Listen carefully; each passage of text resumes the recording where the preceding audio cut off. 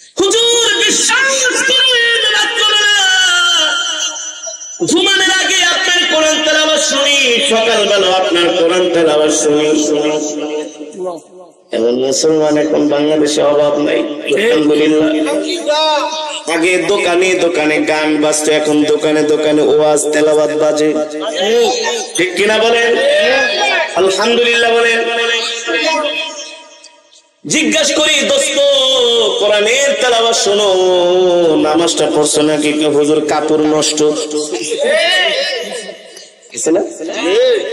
তাদের কাপড় সারা জীবন নষ্টই থাকে। আরে এত কাপড় নষ্ট কেন? তাড়াতাড়ি ডাক্তার দেখায়। কিন্তু নামাজ ছাড়া যাবে না।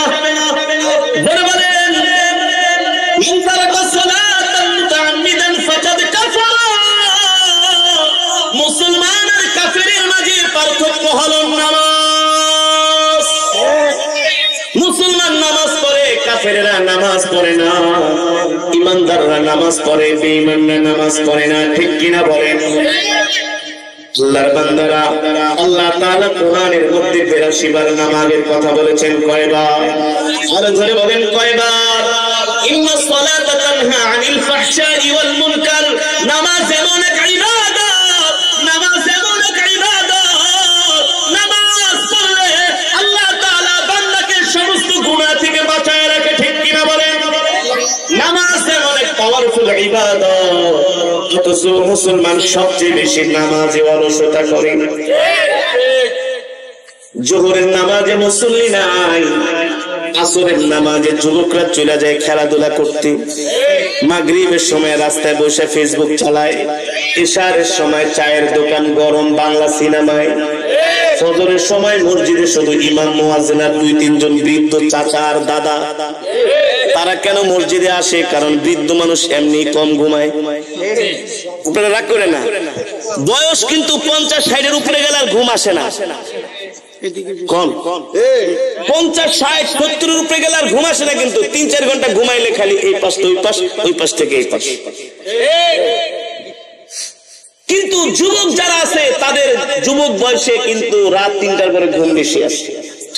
এ কারণে যুবক বয়সের ইবাদত আল্লাহর কাছে সবচেয়ে বেশি পছন্দ। যুবক বয়সের ইবাদত সবচেয়ে বেশি পছন্দনীয়। আল্লাহর বান্দারা, রাসূলের হাদিস, যে নামাজ পড়ে না তার কোন দোয়া আল্লাহর দরবারে কবুল হয় না। এটা বুঝলেন? সমাজে কিছু মানুষ আছে দেখবেন নামাজ জীবনও পড়ে না, জুমার নামাজও পড়ে না, ঈদের নামাজও পড়ে না।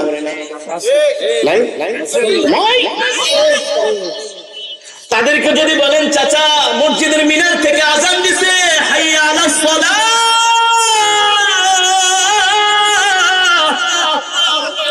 চলেন নামাজের জন্য চলেন, হাইয়া আলাল ফালাহ, কল্যাণের জন্য চলেন, বলে বেটা নামাজ না পড়লে কি হয়েছে? আমার ঈমান কিন্তু তত্ত্বে মজবুত, ঠিক কিনা বলেন? এ ধোঁকাবাজি, বাটপারি, চিটারি কথাবার্তা বলবেন না। যার কাছে নামাজ নাই তার কাছে দিন নাই। আচ্ছা বলেন, আল্লাহর নবী কি কোনদিন নামাজ ছেড়ে দিয়েছে? যারা বলেন নবীজি কোনদিন নামাজ ছেড়ে দেয় নাই, ঠিক কিনা বলেন? আল্লাহর পয়গম্বর হাবিব কিবরিয়া রাহমাতুল লিল আলামিন ইন্তেকালের আগে নবীজি অসুস্থ হয়ে পড়ছেন। নবীজি অসুস্থ হয়ে পড়ছেন, তারপরেও তিনি নামাজ ছাড়েন নাই।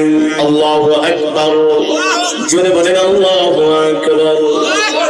মসজিদে নববীতে নামাজ শুরু হয়ে গেল। আল্লাহর নবী আম্মা জান আয়েশা রাদিয়াল্লাহু তাআলা আনহাকে ডাক দিয়া বললেন, ইয়া আয়েশা তানহিনা ইজলিস হুনাক। ও আয়েশা, তুমি আমার পাশে বসো। ইফতাহিল বাব, আমার হুজরার দরজাটা খুলে দাও, জানালাটা খুলে দাও। নবীজির হুজরার দরজা জানালা খুলে দেওয়া হলো। সাইয়েদনা হযরত আবু বকর সিদ্দিক রাদিয়াল্লাহু তাআলা আনহুর ইমামতিতে সাহাবীরা নামাজ আদায় করতেছেন। সরকার দো আলম এই দৃশ্য দেখে নবীজির চোখ দিয়ে ঝরঝর করে পানি পড়তেছে। আম্মা জান আয়েশা বলে রাহমাতুল লিল আলামিন আপনি কান্না করেন কেন? সরকার দো আলম বলে আয়েশা রে আমি এই নামাজ প্রতিষ্ঠা করতে যাই কাফেরদের কত মার খেয়েছি, ঠিক কিনা বলে? নবীজি নামাজে দাঁড়িয়েছেন, রুকুতে গেছেন, কাফেররা এসে উটের নারী বলে আমার নবীর পিঠ মুবারকের উপরে চাপাই দিচ্ছে। নবীজির সেই অতীতের স্মৃতি মনে পড়ে গেল। আম্মা জান আয়েশাকে ডাক দিয়া বলেন আয়েশা রে এই নামাজের জন্য আমি কত কষ্ট করছি রে আয়েশা, আজকে তোমার বাবার ইমামতিতে আমার সাহাবীরা নামাজ পড়তেছে, এই দৃশ্য দেখে আমি পয়গম্বর সহ্য করতে পারি না। আল্লাহু আকবার, আল্লাহু আকবার। ওয়া আকিমুস সালাহ ওয়া আকিমুস সালাহ। আল্লাহ বলে বান্দা নামাজ কায়েম করো, নামাজ কায়েম করো, নামাজ কায়েম করো। যে নামাজ পড়বে না হাসরের ময়দানে আল্লাহ তার দিকে ফিরেও তাকাবে না। যে নামাজ পড়ে না তার জন্য যদি তার মাও দোয়া করে দোয়া কবুল হবে না, বাবাও যদি দোয়া করে দোয়া কবুল হবে না, মক্কা শরীফের ইমামও যদি দোয়া কবুল করে দোয়া কবুল হবে না। নামাজ আল্লাহ তাআলার এমন এক বিধান, নামাজ আল্লাহ তাআলার এমন এক হুকুম, বান্দা যদি আল্লাহ তাআলার সাথে সম্পর্ক করতে চায় তাহলে সহজ মাধ্যম হলো নামাজ। এখানে আপনারা যারা আল্লাহর বান্দারা আছেন আপনাদের কাছে একটা প্রশ্ন করি, সত্যি করে বলেন, যারা ফজরের নামাজটা পড়েন কেমন লাগে? শুধু কি ভালো? মিজাজটা একেবারে ফুরফুরে লাগে, মিজাজটা একেবারে ফুরফুরে লাগে, নিজের মধ্যে একটা আনন্দ আনন্দ ভাব। আল্লাহু আকবার। কিছুদিন আগে আমি হজে সফর করে এসেছি, মদিনাতুল মুনাওয়ারায় যখন ফজরের নামাজ পড়তাম সেই রাত 2টা বাজে চলে যেতাম হারাম শরীফে, একেবারে ফজর পড়ে আসতাম। যখন সূর্যটা উঠতো হারাম থেকে যখন বাসার দিকে আসতাম তখন নিজেকে ব্যবসার মতো মনে হতো। আমি তো আমার মালিকের গোলামি করে আসছি, আমার কোনো চিন্তা আছে? জোরে বলে, চিন্তা আছে? আর যে নামাজ পড়ে না সব সময় তার মধ্যে একটা ভয় কাজ করে, সব সময় সে ভীত সন্ত্রস্ত থাকে, তার দিলের মধ্যে কখনো শান্তি থাকে না। দেখবেন যিনি নামাজ পড়ে না কথায় কথা কেউ আমি তো পাপী, সেও জানে সে পাপী, সে নিজে হুজুর আমি তো পাপী মানুষ, নামাজ কালাম পড়ি না। কেন পড়েন না? কেন পড়েন না? নামাজ আল্লাহর এমন এক ইবাদত, নামাজ ছাড়া জান্নাতে যাওয়া যাবে না। যাবে? নামাজ ছাড়া জান্নাতে যাওয়া যাবে না। আল্লাহর বান্দারা, আল্লাহর পয়গম্বরের সাহাবীরা কেমন করে আল্লাহর হুকুম পালন করতেন, কেমন করে আল্লাহর বিধান পালন করতেন শুনলে আপনাদের গা শিউরে উঠবে। মুসনাদে আহমদের মধ্যে এই ঘটনাটি এসেছে। আল্লাহর পয়গম্বরের একজন প্রিয় সাহাবী ছিলেন, তার নাম হলো হযরত তালহা রাদিয়াল্লাহু তাআলা আনহু। নাম কি? তালহা, জলিল কদর সাহাবী হযরত তালহা রাহমাতুল লিল আলামিন। প্রতিদিন মসজিদে নববীতে ফজরের নামাজের ইমামতি করে সব সাহাবীরা নামাজের পরে রাসূলের মজমায় বসে রাসূলের জবান থেকে কোরআন হাদিসের আলোচনা শুনে। আল্লাহু আকবার। কিন্তু আল্লাহর পয়গম্বরের সাহাবী হযরত তালহা রাদিয়াল্লাহু তাআলা আনহু প্রত্যেক দিন ফজরের নামাজে সালাম ফিরানোর সাথে সাথে সে বাড়িতে চলে যায়। কোথায় চলে যায়? এই বিষয়টা সাহাবীরা লক্ষ্য করলেন, তাদের মাইন্ডে লাগলো আমরা প্রতিদিন ফজরের পরে নবীজির দরবারে বসে থাকি, নবীজির জবান থেকে কোরআনের বয়ান শুনি, আলোচনা শুনি, নবীজি আমাদেরকে দ্বীন শিক্ষা দেন। আর তালহা নামাজ শেষ করে সালাম ফিরানোর সাথে সাথে বাড়িতে চলে যায়। নবীজির কাছে এসে তারা বিচার দিলেন, কি করলেন? নালিশ করলেন, এসে বললেন, ওগো আল্লাহর নবী, আমরা প্রতিদিন ফজরের পরে নামাজ শেষ করে আপনার মজমায় বসি, আপনি আমাদের কোরআন হাদিসের তালিম দেন, কিন্তু আমাদের ভাই তালহা প্রতিদিন ফজরের নামাজের সালাম ফিরানোর সাথে সাথে দৌড়ায় বাড়িতে চলে যায়। আল্লাহর পয়গম্বর বললেন, কি বলো? বলে, হ্যাঁ। আচ্ছা, আজকে যদি তালহা ফজরের নামাজ পড়তে আসে তাহলে বলবা আল্লাহর নবী আপনাকে বসতে বলছেন, আপনার সাথে কথা আছে, আপনি সালাম ফিরায় বাড়িতে যেতে পারবেন না, যাবেন না। এই কথা শোনার পরে সাহাবী তালহা রাদিয়াল্লাহু তাআলা আনহু তিনি ফজরের নামাজ শেষ করে, যেহেতু নবীজি বলছেন ফজরের পরে যেন তালহা আমার সাথে দেখা করে, এর আগে যাতে বাড়িতে না যায়, এখন কি আর সাহাবীর সাহস আছে নাকি? আল্লাহর নবীর সাথে দেখা না করে চলে যাবে? আছে এত বড় সাহস? এত বড় সাহস নাই, হিম্মত নাই। সাহাবী বসে আছেন, নামাজ শেষ হয়ে গেল। রাহমাতুল লিল আলামিন সাহাবী তালহাকে ডাক দিলেন, ইয়া তালহা তাআল তাআল, আসো আসো, এদিকে আসো। তালহা রাদিয়াল্লাহু তাআলা আনহু নবীজির কাছে আসলেন। নবীজি জিজ্ঞেস করলেন, তালহা, আমি কি তোমার মনে কোনো কষ্ট দিয়েছি নাকি? দেখেন আমার নবী কত সুন্দর নবী, আল্লাহু আকবার, যিনি দো জাহানের বাদশা রাহমাতুল লিল আলামিন, কত সুন্দর তার আখলাক, আচরণ, ব্যবহার। আর আমরা একটু বড় হুজুর হয়ে গেলে আমাদের কাছে কেউ আসতে পারে না, মুসাফা করতে আসলো পরে পরে আছে না, কথা বলেন। সমাজের একটু বড় নেতা হয়ে গেলে তার আশেপাশে মানুষ ভিড়তে পারে না, একটু টাকা পয়সার মালিক হয়ে গেলে আর মানুষকে মানুষই মনে করে না, একটু সম্পদের মালিক হয়ে গেলে প্রতিবেশীকে মানুষই মনে করে না, আছে কি আছে না? একটু সম্পদ বেশি হয়ে গেলে আপন ভাইকে ভাই বলে পরিচয় দেয় না, বাবাকেও বাবা বলে পরিচয় দেয় না, কথা বলে, লজ্জা লাগে, আছে না? অথচ নবী হলেন দো জাহানের বাদশা রাহমাতুল লিল আলামিন, আল্লাহু আকবার। আল্লাহ তাআলার পরে যার স্থান, যার হাতে থাকবে জান্নাতের চাবি, সুবহানাল্লাহ বলেন, যার সুপারিশ ছাড়া কেউ জান্নাতে যেতে পারবে?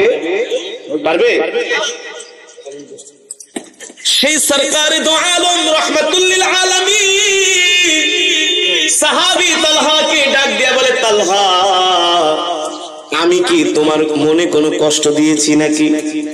তুমি কি আমার কোনো আচরণে কষ্ট পেয়েছো নাকি? ব্যবহার শিখেন মুসলমান, সুন্দর ব্যবহার করবেন, মানুষের সাথে সুন্দর আচরণ করবেন। ওয়াকুলু লিল্লাহি হুসনা, সুন্দর করে কথা বললেও আল্লাহ তাআলা তাকে সৎকার সওয়াব দান করেন। মুসলমানের সাথে হাসি দিয়ে কথা বললেও আল্লাহ তাআলা তার আমলনামায় সৎকার সওয়াব দান করেন। সুন্দর আচরণ করতে হবে। কি আচরণ ভাই? সুন্দর আচরণ। আমরা মানুষের সাথে হাসি মুখে কথা বলি। কিছু মানুষ আছে কথা বললে মনে হয় যে জীবনে কোনোদিন এটা হাসে না, আছে না? মুখটা একবারে গোমরা করে রাখে, এগুলা সারা জীবনে গোমরা থাকে, এগুলা জীবনে কোনোদিন সুখ আসে না। সব সময় হাসি খুশি থাকতে হবে, মানুষের সাথে সালাম দিতে হবে, আর সালামের জবাব নিতে হবে হাসি দিয়া, ওয়া আলাইকুমুস সালাম ওয়া রাহমাতুল্লাহি ওয়া বারাকাতুহু, ঠিক না? হাসি দিয়া কথা বলবেন, হাসবেন, মানুষের সাথে নরম ভাষায় কথা বলবেন, কোমল ভাষায় কথা বলবেন, দেখবেন মনের ভিতরে শান্তি লাগবে। কি লাগবে? আমি যে কথাটা বললাম যৌক্তিক নাকি অযৌক্তিক? জোরে বলেন। তাহলে আমরা সবার সাথে সুন্দর আচরণ করবো তো ইনশাআল্লাহ, আচরণ করবো তো ইনশাআল্লাহ। আল্লাহ তৌফিক দান করুন। নবীজি ডাক দিয়ে বলেন, তালহা, আমি কি তোমার মনে কোনো কষ্ট দিয়েছি আমার অজান্তে? তুমি কি আমার কোনো আচরণে কষ্ট পেয়েছো? হযরত তালহা রাদিয়াল্লাহু তাআলা আনহু চোখ দিয়ে ঝরঝর করে পানি পড়ছে। নবীজি ডাক দিয়ে বলে, তালহা, লিমা তাবকি, তুমি কাঁদছো কেন? আমি কি তোমাকে কান্নার কোনো কিছু বলেছি? তালহা রাদিয়াল্লাহু তাআলা আনহু বলেন, ফিদাকা আবি ওয়া উম্মি ইয়া রাসূলুল্লাহ, ওগো আল্লাহর নবী, আপনার জন্য আমার মা বাবা কুরবান হয়ে যাবে। সুবহানাল্লাহ বলেন। আমিও আপনার জন্য কুরবান হয়ে যাই। আল্লাহু আকবার বলেন। তাহলে তুমি প্রতিদিন ফজরের পরে কোথায় যাও? তুমি কেন আমার মজমায় বসো না? কে জিজ্ঞেস করলেন? আল্লাহর নবী জিজ্ঞেস করলেন তালহা, তাহলে তুমি কেন আমার মজমায় বসো না? তুমি কেন ফজরের নামাজের পরে তাড়াতাড়ি করে বাড়িতে চলে যাও? কারণটা কি? মুসলমান দেখেন আল্লাহর পয়গম্বরের সাহাবীরা আল্লাহ তাআলার হুকুম কেমন করে মানতেন, কেমন তারা নামাজের পাবন্দী ছিলেন। আল্লাহর হুকুম বিধান তারা কখনো ছেড়ে দিতেন না। সাহাবী চোখ দিয়ে ঝরঝর করে পানি পড়ছে। রাহমাতুল লিল আলামিন সাহাবীর চোখের পানি দেখে ডাক দিয়া কাছে নিয়ে আদর করে বললেন, তালহা কেন কান্না করছো? তোমার কান্না করার কারণ কি? তালহা রাদিয়াল্লাহু তাআলা আনহু আল্লাহর নবীকে ডাক, এই যে আপনি আমার গায়ে যে কাপড়টা দেখতেছেন, এই একটা কাপড়ে আমি আর আমার স্ত্রী পরিধান করি। কিভাবে পরিধান করো? বলে যখন নামাজের সময় হয় আমি আমার স্ত্রীকে একটা গুহার মধ্যে রাইখা আসি। আমার স্ত্রী ওই সময় কাপড়বিহীন থাকে। আমি এসে আপনার পিছনে নামাজ পড়ে আবার বাড়িতে চলে যাই। আমি গুহার মধ্যে পালায়া থাকি, আবার আমার স্ত্রী আমার কাপড় পরে সে নামাজ আদায় করে। আল্লাহু আকবার, জোরে বলেন আল্লাহু আকবার। যেহেতু প্রতি নামাজের পরে বেশি সময় পাওয়া যায়, এই কারণে আমি কিছু সময় আপনার মজমায় বসে দৌড়ে বাড়িতে চলে যাই। নামাজের ওয়াক্ত শেষ হওয়ার আগে আমি গুহার মধ্যে পালায় থাকি, আমার স্ত্রী আমার কাপড় পরিধান করে নামাজ আদায় করে। কিন্তু ফজরের সময় তো সময় কম, আপনি নামাজ শেষ করতে করতে যদি আমি বসে থাকি তাহলে কিন্তু আর ফজরের নামাজের সময়, জোরে বলে, ফজরের নামাজের সময় থাকে না। এই কারণে আমি চাই না ফজরের পরে বসতে পারি না।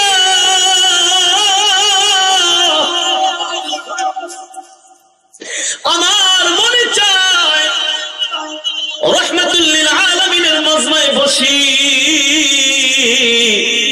তার পবিত্র জবান থেকে কোরআন হাদিসের আলোচনা শুনি। ওগো আল্লাহর নবী, যদি আমি দেরি করি নামাজের ওয়াক্ত শেষ হয়ে যাবে। এই কারণে আমি দৌড়ায়া তাড়াতাড়ি সালাম ফিরে বাড়িতে চলে যাই। আমি গুহার মধ্যে আশ্রয় নিই, আমার কাপড়টা আমি আমার স্ত্রীকে দিয়ে দিই। আমার স্ত্রী ওই কাপড়টা পরিধান করে ফজরের নামাজ পড়ে। এই কথা শোনার পরে আল্লাহর নবীর চোখ দিয়া ঝরঝর করে পানি পড়তেছে। আল্লাহর নবীর চোখ দিয়া ঝরঝর করে পানি পড়তেছে। সাহাবীকে ডাক দিয়া নবীজি আদর করে বলে, সাহাবী তালহা, তুমি যে মালিকের হুকুম মানার জন্য এত কষ্ট করো, এত মুজাহাদা করো, এত কষ্ট করতেছো তালহা, আমি নবী সাক্ষী দিলাম আল্লাহ তাআলা এই কষ্টের বিনিময়ে আল্লাহর হুকুম মানার কারণে আল্লাহ তাআলা তোমাদেরকে জান্নাতে দিবেন। আল্লাহু আকবার। এবার চিন্তা করেন সাহাবীরা নামাজের জন্য কেমন পাগল পারা ছিলেন। মসজিদের মিনার থেকে আজান দিলে নবীজির সুন্দর চেহারা মোবারকটা হলুদ বর্ণ হয়ে যেত। হলুদ বর্ণ। আম্মা জান আয়েশা সিদ্দিকা রাদিয়াল্লাহু তাআলা আনহা জিজ্ঞেস করতেন, ইয়া রাসূলুল্লাহ, আপনি মসজিদের মিনারের আজান শুনলে এতটা পাগল হয়ে যান কেন? আপনার সুন্দর চেহারাটা হলুদ বর্ণ হয়ে যায় কেন? রাহমাতুল লিল আলামিন বলে, আয়েশা, আমি আজান শোনার পরে আমি নবীজি হতাশ হয়ে যাই। আমি নবীজি হতাশ হয়ে যাই। কোন সময় আমি মসজিদে যাব, কোন সময় মসজিদে যে আমি আল্লাহর কদমে সিজদা দিব। আল্লাহু আকবার। আর আজকে আমরা হেলায় খেলায় নামাজ ছেড়ে দিই।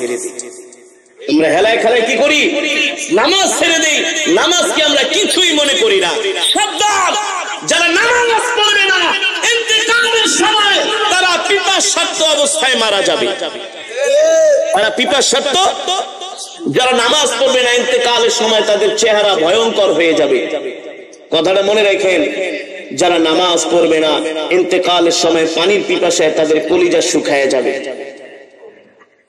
এ কারণে সাবধান মুসলমান, আপনাদের হাতে ধরি পায়ে পড়ি, নামাজ ছাড়া যাবে না, নামাজ ছাড়া যাবে না।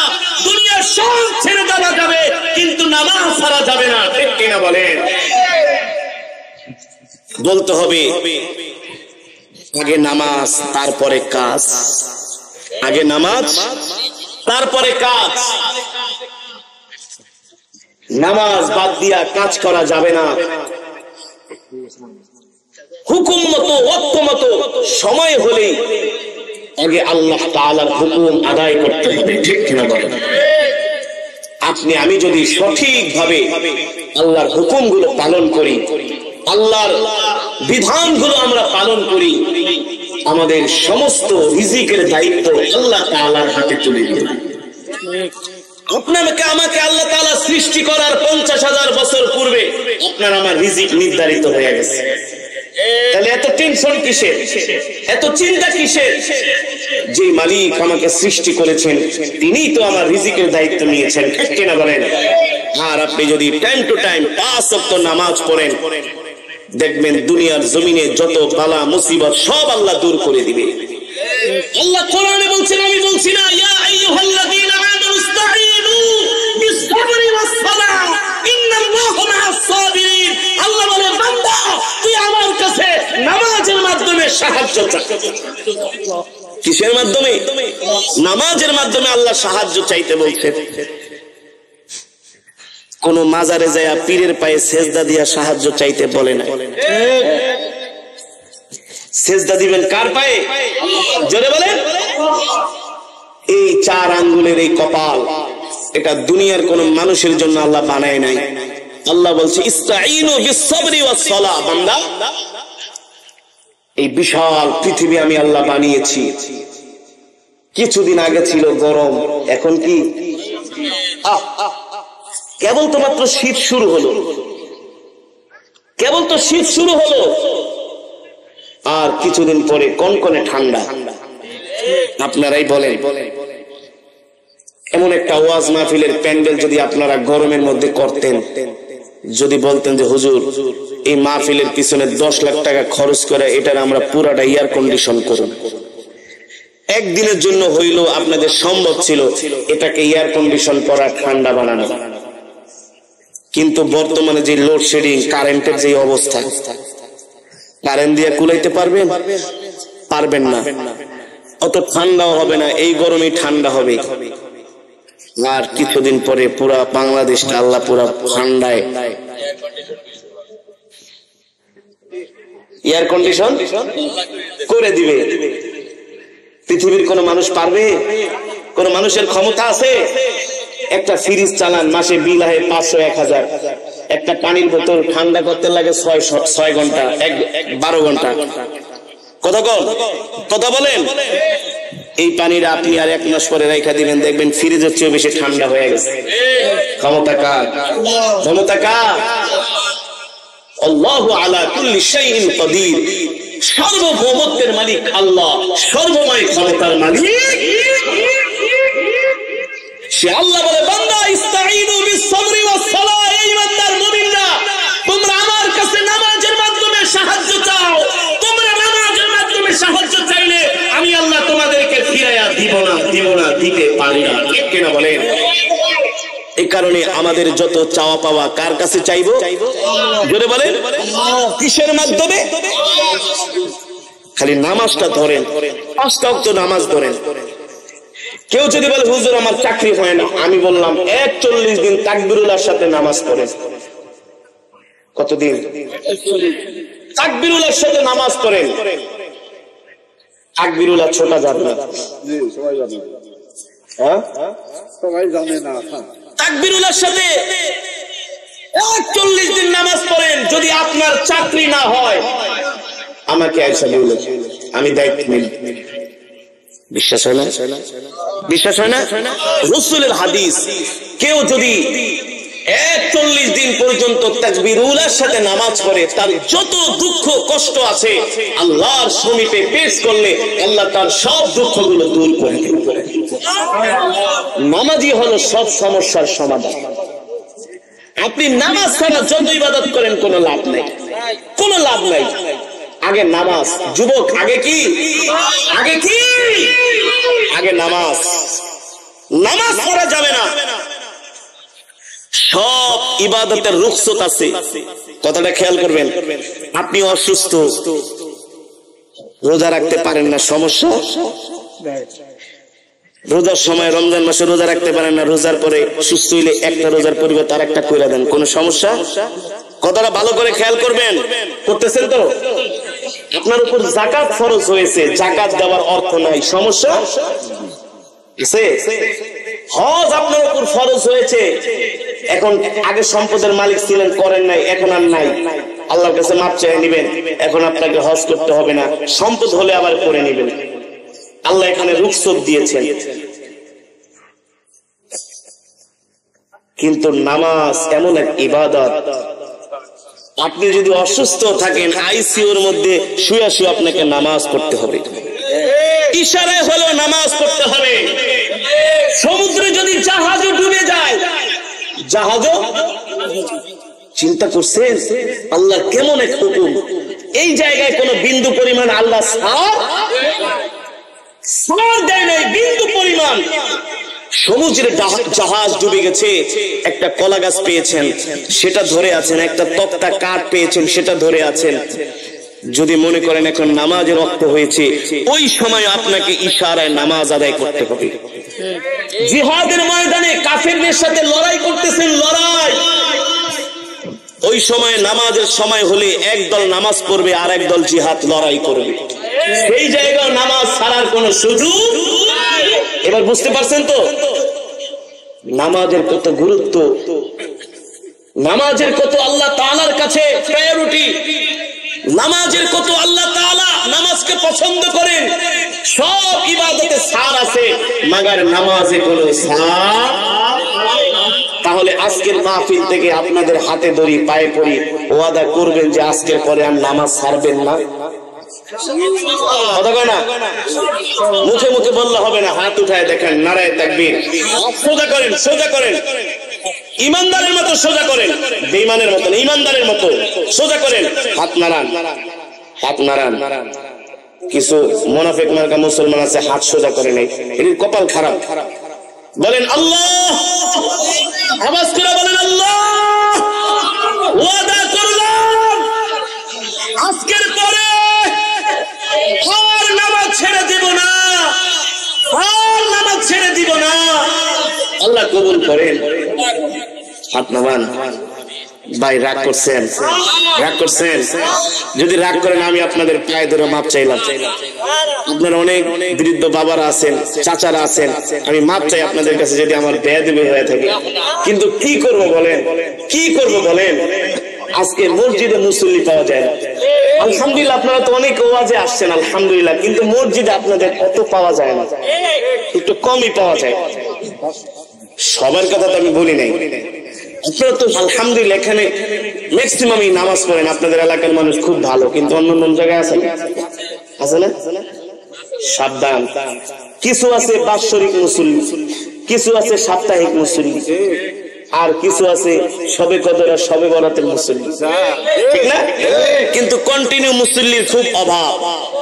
আল্লাহ বলছে কন্টিনিউ মুসল্লি চাই, কন্টিনিউ প্রতিদিন মুসল্লি চাই, ঠিক কিনা বলেন? বাৎসরিক নামাজ, মাসিক নামাজ, সবে কদর সবে বরাতে শুধু নামাজ দিয়া জান্নাতে যাওয়া যাবে না। প্রতিদিন 5 ওয়াক্ত নামাজ, আল্লাহর হুকুম মানতে হবে, ঠিক কিনা বলেন? যারা নামাজ পড়ে 5 ওয়াক্ত নামাজের সময় যখন ওযু করবে, হাসরের ময়দানে তাদের এই হাতগুলো জ্বলজ্বল করবে, নূর চমকাবে, নূর নূর নূর। আল্লাহু আকবার, জোরে বলেন আল্লাহু আকবার। আম্মা জান আয়েশা রাদিয়াল্লাহু তাআলা আনহা বলেন, ওগো আল্লাহর নবী, আপনি হাসরের মাঠে আপনি এত উম্মতদের মাঝে জান্নাতি উম্মতদেরকে কিভাবে আপনি চিনবেন? সরকার দো আলম বলে, আয়েশা, যদি হাজার হাজার লক্ষ লক্ষ কালো উটের মাঝে যদি একটা লাল উট ছেড়ে দেওয়া হয়, তুমি বলো সেই লাল উটটা চিনা যাবে কি যাবে না? জোরে বলে। আম্মা জান বলে অবশ্যই চিনা যাবে।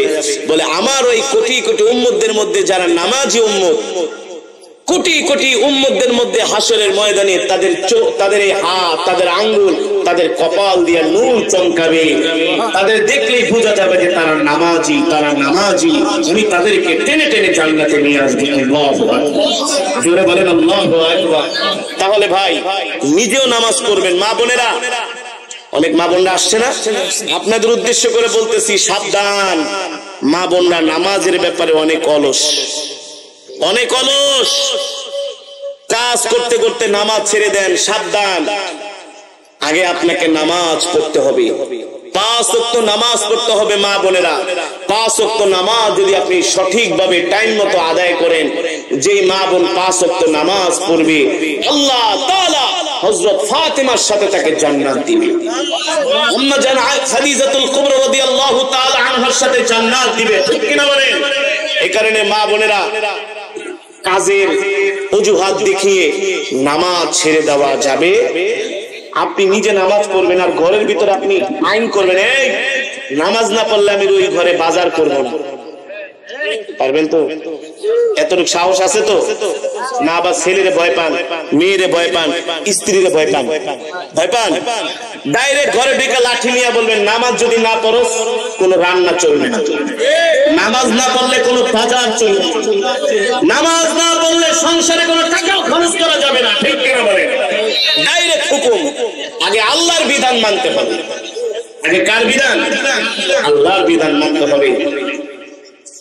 এই কথাগুলো দুনিয়ার কোন নেতারা আপনাদেরকে বলবে না, কোন দলের নেতারাই আপনাদেরকে বলবে না, একমাত্র আলেমরা ছাড়া। কারণ তারাই তো ঠিক মতো নামাজ পড়ে না। আবার আপনাদেরকে বলবে কিভাবে? ঠিক কিনা বলেন? এই কারণে নামাজ পড়বেন তো ইনশাআল্লাহ। কিছু মানুষ কয় নামাজ যার যার বলে ব্যক্তিগত ইবাদত। আরে কে বলছে তোমার ব্যক্তিগত ইবাদত? নামাজ না পড়লে একদম পিটায় লাল করে ফেলা। কে বলছে ব্যক্তিগত ইবাদত? নামাজ আল্লাহর হুকুম। ঠিক কিনা বলেন? এটা আল্লাহর বিধান। প্রত্যেকটা মুসলমানকে বাধ্যতামূলক নিজে নামাজ পড়তে হবে, অন্যকে নামাজ পড়ার জন্য উৎসাহিত করতে হবে। ক্ষমতা থেকে ক্ষমতা প্রয়োগ করতে হবে। ঠিক কিনা বলেন? কি ক্ষমতা? যে তুই যদি নামাজ না পড়স আমি তোকে কোনো দান সৎকার করবো না। অনেক ভিক্ষুকরা আছে ভিক্ষা করে বিড়ি কিনা খায়, সিগারেট কিনা খায়। ঢাকা শহরে ভিক্ষা করে গাঁজা খায়, ভিক্ষা করে গাঁজা ফেন্সিডিল বন্ধ খায়। এত বড় শয়তান। এক ভিক্ষুকের ধরছি, কিরে টাকা পয়সা তো ভালোই কামাস, কি করস? আর একটা মামা ওই প্রতিদিন ভিক্ষা করে সন্ধ্যার সময় এলাকায় যায়, পরে টাকা দেয় গাঁজা কিনা খায়। আমি বলছি তুই যদি গাঞ্জা খাস তোর আজকের পর থেকে এলাকায় ভিক্ষাও করতে দিব না, তোর কোনো দান ও সৎকার করব না। যতটুকুন ক্ষমতা আছে ততটুকুনের মধ্যে আমরা মানুষকে নামাজের দিকে আহ্বান করব। ঠিক কিনা বলেন? যে কোনো ওয়েতে, যে কোনো আগে নামাজি মানুষকে প্রায়োরিটি দিবেন যে কোনো কাজে। আর যে নামাজ পড়ে না তাকে বলবেন তুই যদি নামাজ পড়স তাহলে তোকেও আমি আমার এই কাজ দিব, এটা দান করবো, এটা দিব, এটা দিব। মানে মোট কথা হলো মানুষদেরকে নামাজি বানাতে হবে। ঠিক কিনা বলেন? যে কোনো কৌশলে, যে কোনো হিকমতে আমরা রাজি আছি তো ইনশাআল্লাহ। আল্লাহ আমাদের তৌফিক দান করুন, আল্লাহ আমাদের কবুল করুন বলে আমিন।